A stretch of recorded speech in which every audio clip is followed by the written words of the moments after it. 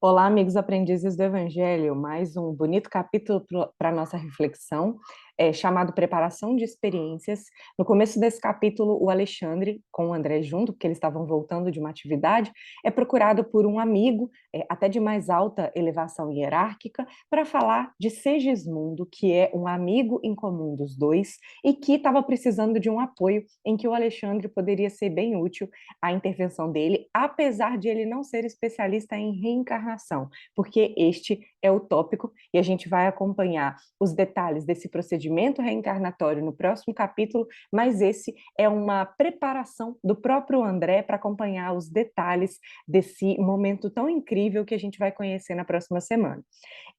A história desse Segismundo é a seguinte: está sendo preparada a reencarnação dele para ser o segundo filho de um casal. O casal é Raquel e Adelino, que os três tiveram uma história muito triste no passado. O Segismundo se apaixonou pela Raquel, conquistou as graças dela aí, matou o marido, que era o Adelino, e ela, pelos desvios aí a que foi levada, acabou nas garras da prostituição. Eles sofreram muito no mundo espiritual, aí aos poucos, né, e com a intercessão de amigos, foram se ajeitando e combinaram de essa nova experiência. A Raquel e o Adelino foram primeiro, já estão há um bom tempo na experiência da carne, já tiveram o primeiro filhinho, e agora chegou a hora do Segismundo se juntar a ele para esse momento de perdão, né, de reajuste de experiências. Qual é o problema? Chegado perto do momento dessa aproximação do Segismundo com a família, o Adelino, toda vez que está desprendido da carne, né, em sono, ele repele intensivamente a presença do Segismundo, e isso fez com que ele ficasse amedrontado. O Alexandre até pergunta para esse amigo como é que está o comportamento dele diante dessa repulsa do Adelino, e o Herculano, que é esse amigo que foi procurar o Alexandre, diz assim: a princípio ele estava bem empolgado, estava bem esperançoso, mas com o antigo rival lhe oferecendo pensamentos de ódio e ciúme, e também, né, ignorando os compromissos que eles fizeram antes de reencarnar, porque isso tudo foi combinado, agora ele está se sentindo desventurado e sem forças para reparar o mal. E o pior não é isso. O pior é que enche-se-lhe também de tristeza e às vezes de profunda revolta. E aí ele entra num estado negativo que não tem jeito de os amigos que estão acompanhando esse processo cooperar de forma eficiente para conversar com ele, né, para fazer ele abrir o coração. E aí o Alexandre foi amigo comum dos dois, do Segismundo e do Adelino, que foi o que matou e agora o que está se negando a receber o Segismundo como filho. Sendo ele um amigo em comum, é muito possível que a intercessão do Alexandre seja bem certeira, seja obviamente benéfica, mas que traga mais resultados dentro desse panorama que, claro, todos torcem para que se concretize, para que dê certo. E a gente vai acompanhar um caso que é um conceito, né, um modelo muito comum que acontece, muito proveitoso para a gente, porque é uma dúvida de muitas pessoas. A gente planeja com quem a gente vai vir na família? As pessoas da nossa família realmente podem ser desafetos do passado, que estão aqui batalhando com a gente, mas que se a gente lembrasse, a gente ia querer esganar a pessoa. Então, e além disso, como o André se interessa muito por acompanhar esse processo, quando ele ouve, né? Ele fica ali de butuca só ouvindo. E aí, como ele se encantou pelo tema, porque ele nunca acompanhou de perto um processo de reencarnação, ele pede ao Alexandre para participar. E o Alexandre, claro, não se opõe, porém, ele fala que na edificação é sempre necessária uma base. Portanto, o André tinha que aprender um pouco sobre esses processos para conseguir observar de uma maneira mais madura, porque do jeito que ele está, sem nunca ter tido contato com nada do assunto, seria muito cru e a observação do fato não seria tão proveitosa para ele. Então, ele é direcionado para um instituto para estudar sobre o assunto. Antes disso, só vale a pena comentar como que o Alexandre destaca o quão comum é a gente prometer algo enquanto está no mundo espiritual, enquanto está num ambiente legal, com o apoio dos nossos amigos, que às vezes estão alguns passos na frente. Mas aí, logo que a gente volta para a carne, meio que a carne ilude a gente, né? A gente está seguindo uma vida tranquila. Aí vem a aproximação do tempo de a gente resgatar, e a gente começa a se acovardar diante dessa situação, querendo que a nossa vida na carne continue suave como estava antes, né? Ninguém gosta das turbulências, mas é muito importante que a gente tome conhecimento disso, para que a gente sempre esteja preparado, sabendo-se que antes de estarmos aqui, planejamos muita coisa e tomando consciência disso, são maiores as chances de a gente não vacilar, de a gente persistir, independentemente do que a gente enfrente de desafio na vida. Bom, e aí o André foi então conhecer um setor chamado Planejamento de Reencarnações, com atividades ligadas ao Ministério do Esclarecimento, que a gente conheceu os ministérios lá no livro Nosso Lar.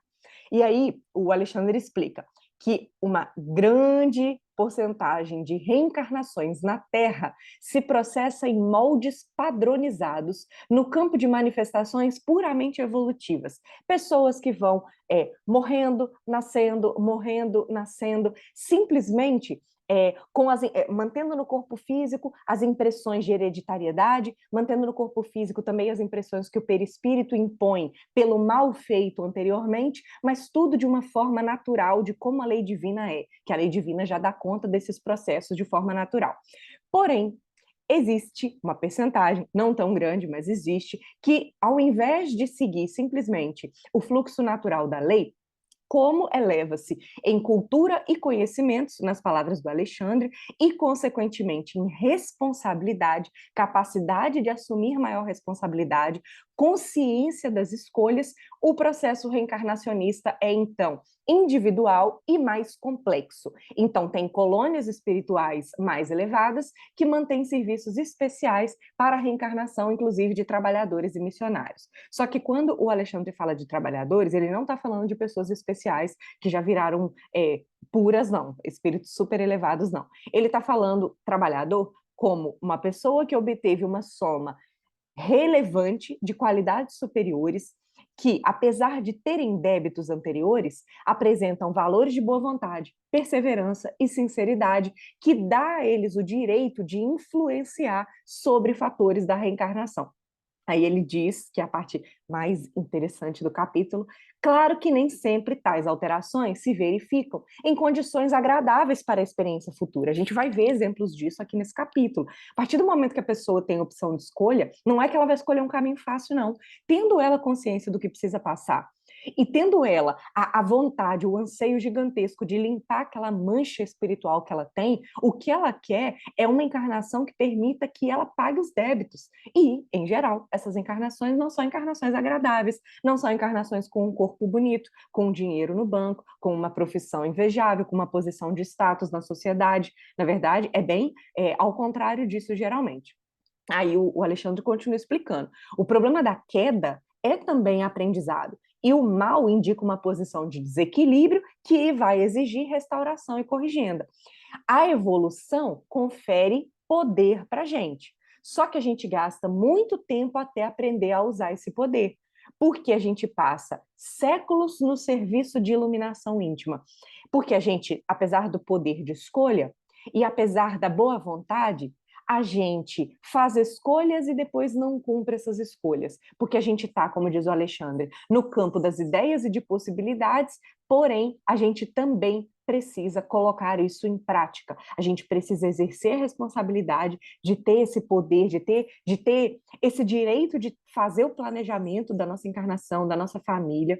E aí a gente tem que precisa nos acompanhar não só a informação do raciocínio, mas também a luz do amor. Não canso de repetir das duas asas que o Emmanuel ressalta, né? Sabedoria e inteligência, para que a gente efetivamente alce altos voos. E aí ele destaca também que, se já falimos muitas vezes em experiências de autoridade, riqueza, beleza física, inteligência, não seria lógico receber idêntica oportunidade nos trabalhos retificadores. E ele vai lembrar Jesus, né? Se sua mão for motivo de escândalo, arrancai-a. Gente, arrancai-a antes de começar uma nova experiência. Então, se os meus olhos são motivos de pura inveja e eu não consigo caminhar, eu não consigo evoluir, eu não consigo subir os degraus da evolução, porque eu sou presa desse mesmo erro, todas as encarnações, deixa eu vir cego para ver se um desafio desses na encarnação faz com que eu mire outra coisa, faz com que eu me liberte desse vício remitente, né, dessa repetição dos mesmos erros, que é aquilo, a gente recebe uma oportunidade, não conseguiu aproveitar, pronto, tira isso, e aí a gente aprende quando aquilo nos falta, quando a gente vem na encarnação sem poderes de status, sem poder monetário, e aí aqueles desafios fazem a gente aprender de verdade. É assim que acontece. Bom, eles foram então ao local de instrução, aquele setor de planejamento de reencarnações. O Alexandre apresentou a ele o instrutor, ele descreve, né, na entrada como é a instituição. O capítulo tem detalhes lindos que eu não vou me ater a descrever aqui, mas como sempre recomendo a leitura ou então acompanhar no YouTube aí os audiobooks que existem para quem não gosta diretamente de efetuar a leitura no livro, ou para quem não tem tempo, de repente coloca no carro enquanto está a caminho do trabalho e consegue ir bebendo dessa fonte linda que são os livros do André Luiz. E aí ele observa, né, o local, as pessoas transitando, muito centradas em conversas muito produtivas, né, nem prestando atenção de pessoas diferentes chegando. Ele vê algumas das pessoas que passavam carregando junto deles um rolo de substância, diz o André, semelhante ao pergaminho terrestre. E aí o Alexandre explica que alguns são trabalhadores, mas grande parte são pessoas indo interceder por amigos que estão aí próximos de reencarnar, e explica que aqueles rolos são pequenos mapas de formas orgânicas, ou seja, de corpos, elaborados por orientadores de nosso plano, especializados em conhecimentos biológicos da existência terrena. Conforme o grau de adiantamento do futuro reencarnante e de acordo com o serviço que lhe é designado no corpo carnal, é necessário estabelecer os planos adequados aos fins essenciais, ou seja, tem que compatibilizar o que ele precisa passar com o tipo de corpo que ele precisa ter para isso. E é claro que o André perguntou sobre a lei da hereditariedade fisiológica, porque é uma lei da biologia que a gente aprende na escola. Se meus pais carregam uma determinada característica genética que passa de pai para filho, logo eu carrego também esse gene com alguma característica, com a possibilidade, por exemplo, de aparecer alguma patologia, alguma doença para mim. E aí o Alexandre explica.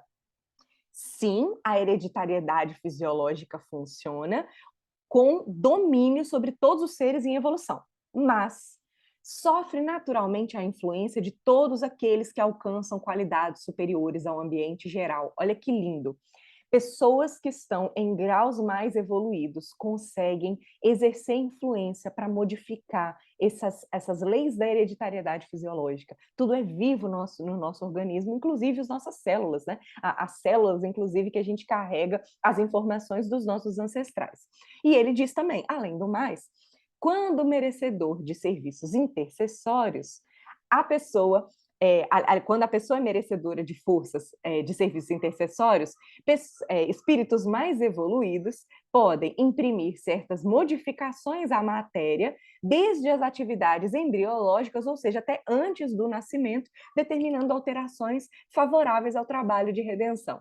Olha que coisa linda. Então, apesar de toda a lei da hereditariedade, existe muito o fator moral do reencarnante, existe a intercessão daqueles amigos que preparam o nosso processo de reencarnação, se já estivermos em condições de termos isso planejado. E o André foi, então, recebido pelo assistente Josino, destaca uma recepção muito carinhosa, o ambiente educativo que estava deixando o André super alegre por conhecer aquilo. E aí, adentrando no local, chama de cara a atenção dele uns pedestais luminosos, onde tinha um corpo masculino e um corpo feminino. E ele fica deslumbrado não só pela delicadeza e pela perfeição anatômica, mas também porque demonstrava de forma animada os órgãos, as mais diversas glândulas, com disposições elétricas que faziam as figurações, as estátuas, palpitar de vida e calor, exibindo eflúvios luminosos, quais os homens e mulheres mais evolvidos na esfera carnal. É como se fosse o nosso organismo físico todo aberto à demonstração, como os modelos que se utiliza hoje, né, na biologia, muitas vezes os modelos tridimensionais, no computador, que a gente pode olhar com detalhe, cada partezinha do nosso organismo físico, mas imagina isso vivo, como se fosse um organismo aberto a ser analisado no bom sentido, né? O André olhava aquilo, na verdade, com muita gratidão, na verdade não é gratidão o termo ainda no caso do André, mas venerando aquela beleza dos organismos físicos. E aí o fato de ter aquilo também chamou a atenção do André, por aquilo estar ali, né, no mundo espiritual, o organismo físico, e o Alexandre fala do respeito e da gratidão que eles têm pelo aparelho físico terrestre. Afinal, é uma bênção de Deus, porque é através do corpo de carne, que às vezes a gente chama de vaso purificador, né? É através desses corpos de carne que a gente evolui, que a gente tem a oportunidade de trabalhar, de resgatar, de demonstrar que a gente de verdade melhorou. Então, de qualquer forma, o Alexandre destaca também que, apesar de ser perfeito, né, o organismo físico criado por Deus, eles, como nessa escala hierárquica, aprendizes, eles também podem interceder e colaborar para o aprimoramento desse veículo de manifestação que nós temos aqui enquanto encarnados. E aí, o Alexandre também destaca com relação ao trabalho desse local de planejamento das reencarnações, que em todas as colônias de expressão elevada tem esse tipo de tarefa, tem um setor parecido com esse que ele está conhecendo. Ele fala: o auxílio à reencarnação de companheiros nossos traduz o nosso reconhecimento ao aparelho físico que nos tem proporcionado tantos benefícios através do tempo. Gente, é como se fosse um instituto de genética, um instituto lindo de biologia, que preparam detalhes da reencarnação, não só em quem vai nascer filho de quem. A gente está falando aqui de uma preparação do próprio organismo, como um desenho, um projeto cuidadoso de como será esse nosso veículo de manifestação aqui do nosso espírito. Que coisa linda!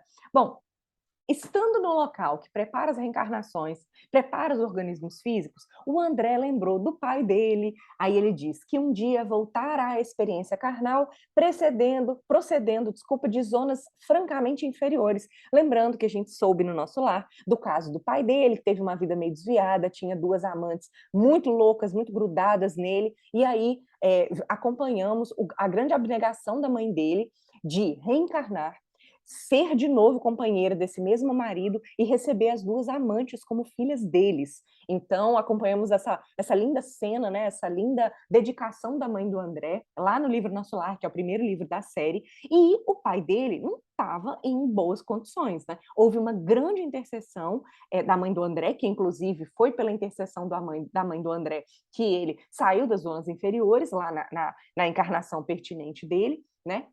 E aí o Alexandre destaca, né?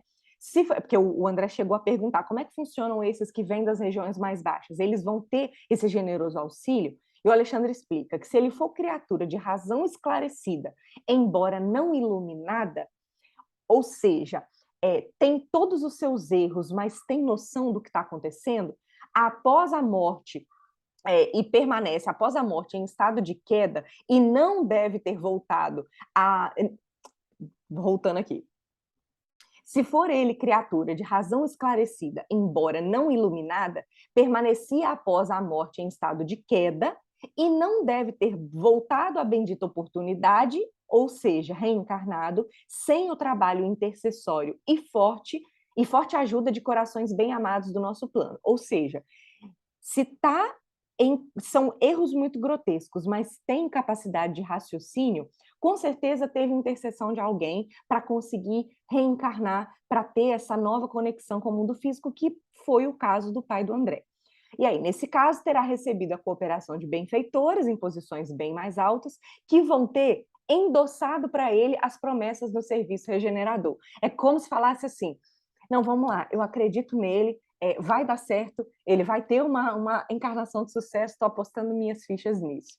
Porém, se ele é criatura puramente ainda no esforço evolutivo, circunstância essa na qual não teria regressado em condições amargurosas, ou seja, espíritos ainda tão embrutecidos que reencarnam, morrem, reencarnam, morrem, sem fazer explicitamente o mal, mas também sem fazer o bem, ainda bem trabalhando os instintos, como nas nossas primeiras reencarnações como homens. E aí ele diz, aí, como não cometeu erros, não vão estar nessas situações amargurosas de sofrimento, presos às zonas inferiores. E aí, naturalmente, conta-se com o abençoado concurso de trabalhadores espirituais, que são especialmente designados para esses trabalhos reencarnacionistas em processos naturais, ou seja, sem necessidade desse planejamento que alguns já precisam ter. E aí, após conversarem um pouquinho, o André passou a observar de mais perto os modelos masculino e feminino, com muito. Ele estava deslumbrado, acho que essa era a palavra. Aí ele diz assim: ó, os órgãos estavam todos ali, vibrando em obediência a dispositivos elétricos para demonstrações educativas. E, surpreendido, rendi silencioso preito, ou seja, silenciosa veneração, de admiração à sabedoria divina, que nos concede o sublime aparelho físico terrestre para as nossas aquisições eternas. E depois ele se aproximou do veículo feminino, do corpo feminino, e observou mais especificamente o sistema endócrino, né, que são as nossas glândulas, e apesar dele perceber que elas tinham diferentes tonalidades na coloração, ele diz que todas elas recebiam, a seu modo, a coloração da epífise. Lembram da epífise lá dos primeiros capítulos? Uma glândula tão responsável pelo nosso contato com o mundo espiritual. Aí ele descreve que ela estava atuando como um sol azulado, mantendo em seu campo de atração magnética todas as demais glândulas. Mais uma vez, reforçando a importância que essa glândula tem em nosso organismo. E aí continua o André. Minha estupefação não tinha limites. É forçoso confessar, porém, que minha surpresa se distendia muito mais ao fixar os eflúvios brilhantes que emanavam dos centros genitais, semelhando-se em conjunto a minúsculo santuário cheio de luz. Afinal, parece um santuário, né? Porque gera vida. E aí o Alexandre falou, na crosta, em sentido geral, ainda existe muita ignorância acerca da missão divina do sexo. Para nós, porém, que desejamos valorizar as experiências, a paternidade e a maternidade terrestres são sagradas. A faculdade criadora é também divindade do homem.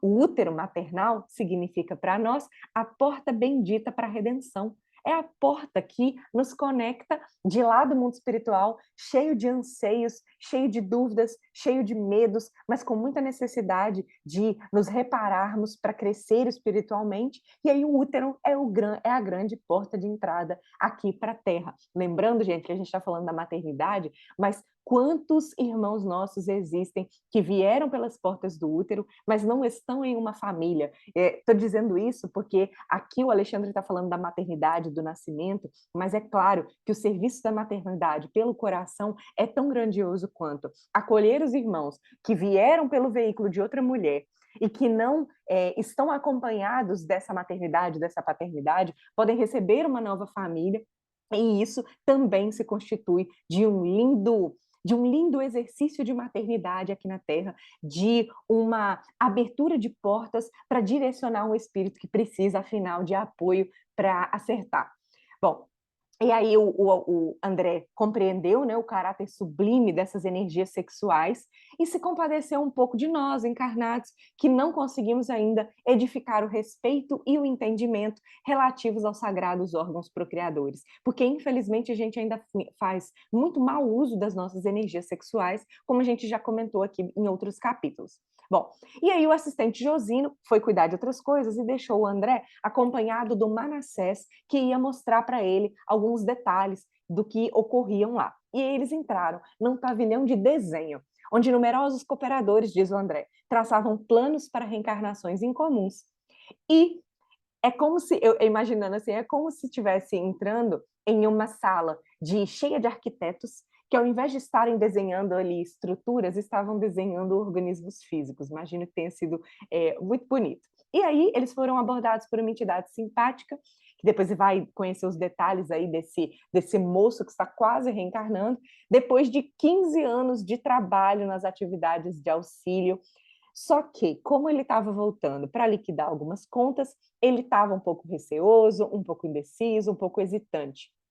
E aí, sempre as pessoas ficam com medo, quando chega perto da hora, com o medo de falhar. Ele diz assim, o problema do renascimento exige coragem, boas disposições, e o medo desse colega era contrair novos débitos ao invés de pagar os velhos compromissos. Eu imagino que essa seja a dor da maioria, né? Você vem cheio de planos. Além de não cumprir os planos, você ainda volta com mais erros do que a gente ainda volta com muito mais erros do que a gente tinha quando planejamos essa reencarnação. Mas depois de algumas conversas, ele falou: tipo, estou convencido, voltarei confiante no concurso fraterno de vocês. Ele pergunta: e você pode me informar se o meu modelo está pronto? E o Manassés fala que pode procurá-lo amanhã. E olha que legal, ele fala assim: já fui observar o gráfico inicial e dou-lhe parabéns por haver aceitado a sugestão amorosa dos amigos bem orientados sobre o defeito na perna. Certamente lutará você com grandes dificuldades nos princípios da nova luta, mas a resolução lhe fará grande bem. E ele concorda. Preciso defender-me contra certas tentações de minha natureza inferior e a perna doente vai auxiliar, ministrando para ele umas boas preocupações. Ser-me-á, diz ele, um antídoto à vaidade, uma sentinela contra a devastação do amor próprio excessivo. Esse é um dos exemplos do que eu falei lá mais no começo, sobre as escolhas que a gente faz buscando acertar. Correndo, por exemplo, da beleza, para que a nossa vaidade seja ali um pouco tolhida e a gente não enfie o pé na jaca de novo, como às vezes acontece por causa da nossa atração física. E aí ele falou, muito bem, e pode informar-me ainda a média de tempo conferida à minha forma física futura? Ou seja, qual a estimativa aí de quanto tempo eu vou viver? Aí ele, 70 anos no mínimo, e pondere a graça recebida, não voltando aqui antes dos 70. Trate de aproveitar a oportunidade. Todos os seus amigos esperam que você, mais tarde, volte à nossa colônia na gloriosa condição de um completista. E o André pergunta, o que é isso, completista? E o Manassés explica que é um título que designa os raros irmãos que aproveitaram todas as possibilidades construtivas que o corpo terrestre lhes oferecia. Porque o que acontece? A gente gasta o nosso organismo físico com coisas inúteis, a gente despende as nossas energias vitais e acaba não sendo um completista e às vezes nem chegando até o tempo que o nosso organismo físico permite que a gente chegue. Ele diz, o Manassés explicando, muitos de nós perdemos oportunidades muito importantes no desperdício das forças fisiológicas. Por vezes, 50, 60, 70% ou até mais de desperdício das nossas possibilidades. Em muitas ocasiões, além disso, prevalece contra nós a agravante de termos movimentado as energias sagradas da vida em atividades inferiores que degradam a inteligência e embrutecem o coração. Às vezes a gente vai até um pouco mais baixo no uso das nossas energias vitais. Mas aqueles, porém, que mobilizam a máquina física à maneira do operário fiel, conquistam direitos muito expressivos em nossos planos. O completista, diz o Manassés, na qualidade de trabalhador leal e produtivo, pode escolher à vontade o corpo futuro quando lhe apraz o regresso à crosta em missões de amor e iluminação. Ou recebe veículo enobrecido, ou seja, melhor ainda, para o prosseguimento de suas tarefas a caminho de círculos mais elevados de trabalho. E ele ainda destaca que muitas vezes esses que chegam lá como completistas não são pessoas famosas, não são artistas de televisão, não são influenciadores do mundo digital, eles são anônimos que chegam lá com a sua tarefa cumprida. São desconhecidos aqui pela Terra, então aqui passam bem ofuscados, mas quando desencarnam são os que brilham lá do outro lado. O Manassés ainda comenta, né? Eu não sou um completista, né? Estou há muitos anos me esforçando para conseguir essa condição, mas até agora ele fala que continua em fase de preparação. E o André muda de assunto, não querendo ressaltar, né, essa dor do companheiro, e fala: e aí, você sabe de algum completista que tenha efetivamente retornado à crosta? Aí ele, sim. E o André, então ele deve ter escolhido um organismo top. E pelo contrário, o Manassés explica que nenhum dos que ele tem visto partir nessas condições, apesar dos méritos, eles sempre escolhem providências em favor da existência sadia, preocupando-se com a resistência, equilíbrio, durabilidade e fortaleza do instrumento, ou seja, do corpo, mas sempre pedem medidas a lhes atenuarem o magnetismo pessoal em caráter provisório, evitando-se-lhe apresentações físicas muito primorosas, ocultando assim a beleza de suas almas para eficiente garantia de suas tarefas. Então eles correm de beleza, principalmente, correm muitas vezes de poder, a não ser que uma posição de destaque esteja no planejamento, por exemplo, para conduzir alguma gestão, né? Gestão pública, inclusive, gestão de educação. Então, fora algumas escolhas específicas em missão, essas pessoas, principalmente no quesito de beleza, evitam as formas físicas perfeitas. E aí ele fala, aí eles fogem das vibrações destruidoras da inveja, do despeito, da antipatia gratuita e das disputas injustificáveis. Em vez disso, esses trabalhadores conscientes escolhem moldes exteriores menos graciosos, fugindo por antecipação ao influxo das paixões devastadoras das almas em equilíbrio. Então, é uma forma de se precaver para não errar. Vejam que quanto mais a pessoa adquire méritos no mundo espiritual, mais eles tomam escolhas conscientes a respeito de como vão se manifestar aqui no veículo da carne. Ele diz: os espíritos que são amadurecidos abandonam toda a experiência que os possa distrair no caminho da realização da vontade divina. Bom, ainda lá nesse local dos desenhos, né, desses arquitetos de organismos, eles conhecem uma nova, eles conhecem, não, o André conhece, né, apresentado pelo Manassés, uma nova irmã chamada Anacleta, com uma história bonita também de exemplo para a gente. Ela vai voltar à esfera do globo em breves dias, diz o Manassés, em tarefa de profunda abnegação por 4 entidades que, há mais de 40 anos, se debatem em regiões abismais das zonas inferiores. E aí ele vai contar o caso dessa mãe, que vai receber os 4 filhos direto lá das zonas abismais, mas que ela também foi a responsável por eles estarem lá. O marido dela na encarnação era muito trabalhador, era muito justo, tentava manter as coisas na linha, mas ela foi uma mãe que mimou demais. E esse mimo, essa proteção exacerbada, fez com que os 4 descambassem, assim, tristemente, e inclusive perdessem o corpo físico muito cedo, então ainda por cima desencarnaram fora da época, precocemente, e agora voltavam esses 4 para o regaço materno dela, mas numa experiência dura, porque 2 dos rapazes iam em condições de paralíticos, um terceiro com problema mental, e só a filha, que também tem lá os seus débitos a pagar, viria em condições físicas perfeitas para auxiliar ela, que teria uma viuvez precoce. Não é mole não, né? Mas mais um exemplo para a gente de reencarnação desafiadora para limpar os nossos débitos do passado. E aí tinha uma outra irmã que ele também conheceu, que chegou perto, dessa vez para pedir uma modificação no plano dela.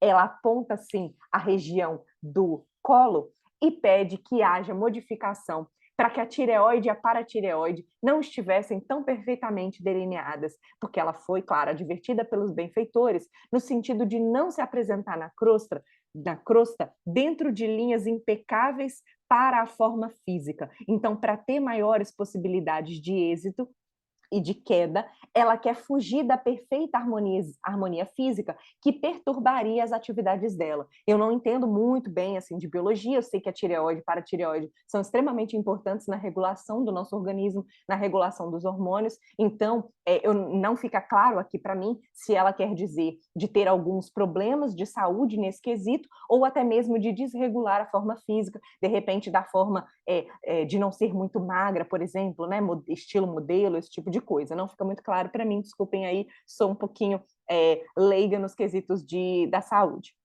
E coisa linda que o Manassés comenta com o André, por fim.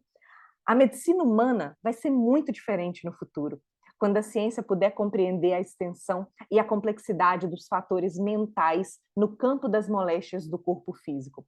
Diz ele, muito raramente não se encontram as afecções, ou seja, os problemas, as doenças, diretamente relacionadas com o psiquismo. Todos os órgãos são subordinados à ascendência moral. As preocupações excessivas com os sintomas patológicos, os sintomas das doenças, aumentam as enfermidades. As grandes emoções podem curar o corpo ou aniquilá-lo. Agora você pensa, se isso acontece na nossa própria esfera física enquanto estamos aqui, imagina lá no mundo espiritual. O quanto os erros que a gente tem do passado ficam arraigados ao nosso perispírito, que fica contaminado e naturalmente transfere essas moléstias para o nosso organismo físico. Então, na hora que a medicina tiver clareza disso, será mais divulgado ainda, porque ainda está começando, né, a terapia holística, né, que enxerga o ser humano como todo, mas a medicina em geral vai tratar muito além dos sintomas imediatistas que estão se manifestando no corpo físico. E ele dá um exemplo também de o projeto de reencarnação de um amigo, mostrando alguns pontos escuros, porque ele sofrerá de uma úlcera importante, relevante, logo que chegue à maturidade física. Maturidade no sentido de maioridade, li errado, maioridade física, e isso foi uma escolha dele. Eu vou contar a história aqui brevemente, mas vejam que interessante. O ponto que essa história vai chegar é que poderia ter sido muito pior. Poderia ter sido, como Manassés vai falar, um episódio sangrento para ele reparar o mal. Mas é um exemplo aqui daquela fala de Pedro: o amor cobre uma multidão de pecados. Então ele diz: há mais de 100 anos, ele cometeu um revoltante crime, assassinando um pobre homem a facadas. Logo que ele se entregou ao homicídio, como muitas vezes, o desencarnado se arraigou a ele e atormentou a existência dele por muitos anos. Bom, ódio recíproco, um imantando o outro, e aí depois que ele desencarnou, trazia o organismo espiritual em dolorosas condições, além, claro, do remorso natural que ele sentia. Arrependeu-se então do crime, sofreu nas regiões purgatoriais e depois se aproximou da vítima, beneficiou a vítima com serviços, foi um benfeitor dessa vítima, cresceu moralmente, se tornou amigo de muitos benfeitores, conquistou a simpatia de muitos agrupamentos do plano lá dos desencarnados, e então, ao voltar para a vida, tinha um problema: a dívida permanecia. O amor, contudo, diz o Manassés, transformou o caráter do trabalho de pagamento. O nosso amigo, ao voltar à crosta, não precisará desencarnar em espetáculo sangrento, mas onde estiver, enquanto ele está nos tempos de cura completa na carne, que ele outrora desprezou, carregará a própria ferida, conquistando, no dia a dia, a necessária renovação, aos poucos. Experimentará desgostos, claro, em virtude do sofrimento físico pertinaz, que vai ser incessante, vai lutar desde a eclosão da úlcera até o dia do resgate final no aparelho fisiológico, até o momento da morte. Entretanto, se ele souber se manter fiel aos compromissos novos, terá atingido mais tarde a plena libertação. Mais um exemplo lindo para a gente se inspirar com relação à nossa vida já na Terra, com relação aos desafios que vêm, com relação às doenças que aparecem, que a gente possa sempre enfrentar com muita paz de espírito e com muita resignação. Claro, correndo atrás de todas as formas de atenuar aquela situação do nosso organismo, mas principalmente que a gente modifique aqui a mente, os pensamentos e principalmente os sentimentos. E aí o Manassés continuou. Segundo observamos, a justiça se cumpre, mas logo que se dispõe o espírito a precisa transformação no Senhor, atenua-se o rigorismo do processo redentor. E aí ele lembra a palavra do Pedro: o amor cobre uma multidão de pecados. E aí o André ficou lá durante alguns dias, porque eles só iriam visitar o Segismundo na semana seguinte, permanecendo nessa instituição, compreendendo que a existência humana não é um ato acidental, não é por acaso, não é de qualquer jeito, e que, no plano da ordem divina, a justiça exerce o seu ministério todos os dias, obedecendo ao alto desígnio que manda ministrar os dons da vida a cada um por suas obras. Ou, como a gente fala muito, a cada um segundo suas obras. A gente acaba plantando, a gente acaba colhendo o que plantou, e temos a reencarnação como uma bendita oportunidade de reparação, de resgatar, de refazer os nossos erros do passado. No próximo capítulo, então, na próxima semana, a gente vai acompanhar, enfim, a reencarnação do Segismundo, que é inclusive, esse capítulo próximo, que é chamado de Reencarnação, é um capítulo muito famoso que se usa bastante quando se vai falar sobre esse tema também no meio espírita. Aguardem, vai ser legal. Um abraço a todos.